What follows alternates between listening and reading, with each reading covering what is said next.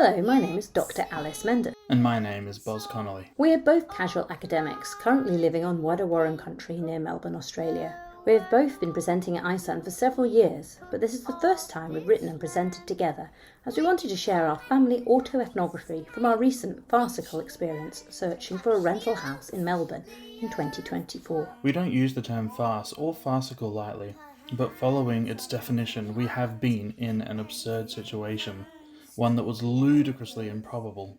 It was beyond our wildest dreams that it would take over 4 months to find a rental house, and then not even in the city to which we'd moved across the world to live in. To support our mental health, we have both turned to playing music to ease the mental strain.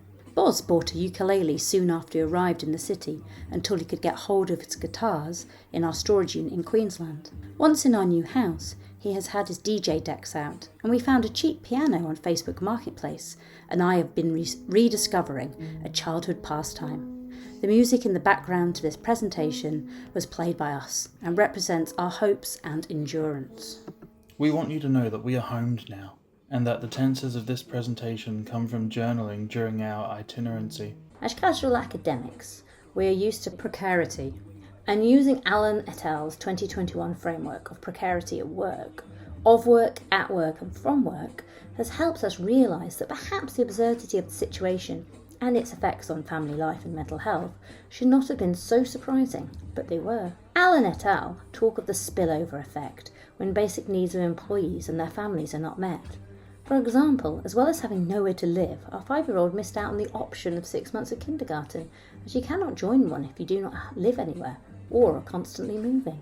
We landed in Melbourne, Australia, at the beginning of July 2024, full of hope, and with almost 50 kilos each of stuff. Our treasured belongings as we moved back to Australia from the UK. Books, toys, mementos, a 3D printer, lino cutting tools. Parts of our identity and passions coming with us in our oversized luggage. We spent a month in a hotel room in the CBD, a treat and a prison in one. We carefully got out our child's toys and she played homes and building sites. The city is alive with workers and cranes. It was winter, and there were windows out onto another wall, but not one that opened to let the fresh air in. The money flowed out of our account. We bought a car, paid expensive city costs, yet saved and gained on the delights of a multicultural inner city experience. We'd been living in northern England and central Queensland before this, and now we had Nepalese dumplings and hand-rolled sushi within a few seconds. We also had Kmart. Alongside this uncertainty, we realise our privilege. Although it's easy to lose sight of it when you have all your belongings on your back and nowhere to go. We have some work at the moment, but in this country full of migrants and other people struggling to make ends meet, we wonder how do others find somewhere to live that they can afford. Yet I am a migrant in Australia, and Bozz is when he is in the UK. A migrant with privilege, but also experiencing a lack of a stable home. I wrote my MA thesis on my work sharing sleight of hand magic with people experiencing homelessness north of Brisbane in 2021.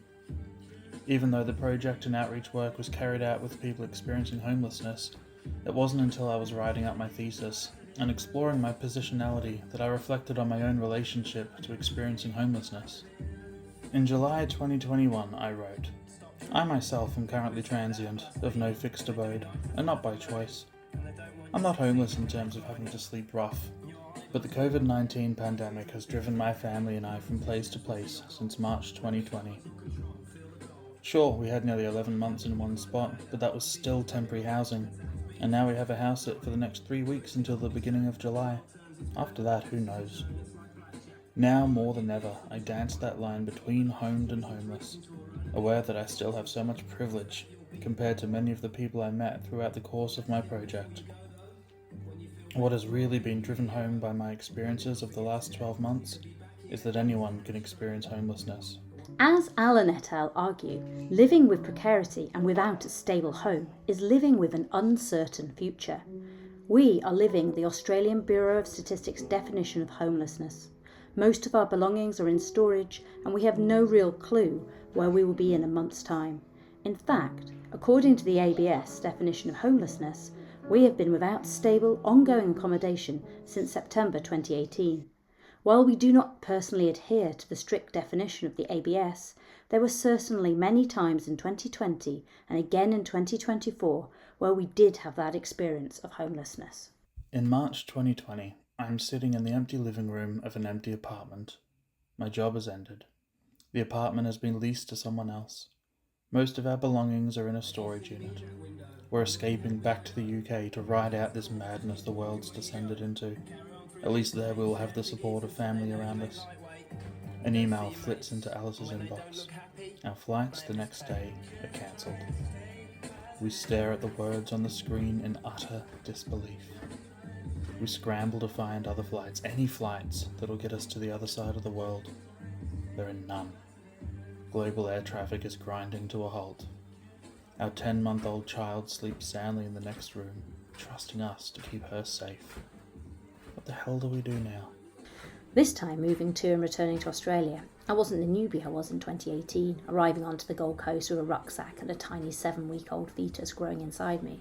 We had no idea about what lay beyond us, about the challenge to find a home, the lack of money, let alone what joys and exhaustion parenting brings. And of course, this was in the halcyon days before the pandemic. Back then, I didn't know we would end up pregnant in a tent in a flooding field as we searched for work. That was the beginning. We managed, through a lot of tears, effort, and the reliance on the kindness of strangers, to land somewhat on our feet. Everything for the last months has been temporary. When I walked into the centre for people experiencing homelessness for the first time, I wasn't quite an outsider, an other. I was someone walking the fine line of needing to use the service myself. This isn't something that I mentioned during any of my interactions at the centre, but it's something which I believe had an effect on the relationships I built with people there, and held with me during my family's search for a rental in Melbourne in 2024. Belonging and displacement have been research themes of mine for several years. My adult life is one of a nomadic inquiry, having lived in a van during my PhD in the UK and constantly travelled across the UK and Australia with Bozz over the last 9 years. I made a short film for ISAN 2022 about storing itinerant childhoods, about a family journey around Queensland, Australia, and how a then 2-year-old and I had drawn pictures together each day in an art journal. Any work I carry out in Australia is undertaken with an awareness of positionality and humility, as I live and work on stolen land, aware that our constant moving and hence an itinerant childhood for our child creates a space of tangled belongings with the different connections to country and place, as Tracy Bunder argues. Tracy Bunder is a Ngugi Waka Waka woman who grew up on the lands of the Jagara Yugarapal peoples and is a professor of Indigenous education at the University of Queensland. As we travel, we move between different Aboriginal country. By acknowledging the Indigenous viewpoint that land is a living entity, we need to tread with an awareness of co-becoming and responsibility, caring for country as we pass through, and making time to be present with the sea, the river and soil.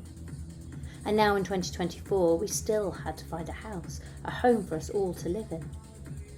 Across the city, on long train journeys across busy roads, to houses that had holes in the wall, gunge on the surfaces and rubbish piled high outside.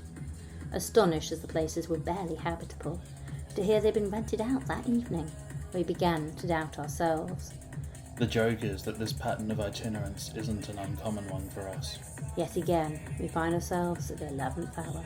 Our child asleep, our bags packed, and we do not know where we will sleep tomorrow night. Again, we drag our 5-year-old across the city, on trains and on trams and later on by car, and always get the same disappointment. In the end, it became easier for me to go on my own. I recall going to Cranbourne, south of Melbourne, and getting there and it was the same old story. And I vividly recall being so thankful that Bobby was in a hotel room playing instead of being dragged out for this. For me personally, there was a lot of self-shame in how difficult this was. My child was trusting me to provide the basics, safety, a roof over her head, and I couldn't do that. And a constant refrain of mine for months was, I want to go home.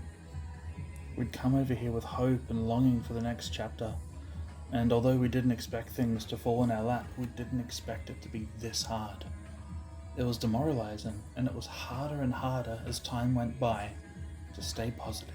Kaufman and Montallet discuss a mobility capital, where different people have different levels of access to motility and movement. In this conference presentation, we realised that even though we were technically experiencing homelessness, we had the motility to use savings and to work online while searching for somewhere to live. However, the 4 months of searching for somewhere to live was disempowering. Exactly like Bone argued, the precarity and being unable to meet basic needs created a temporal dimension of existing in the present. We had to complete our work expectations whilst not knowing where we'll live next week or whether our internet connections will be strong enough for work meetings.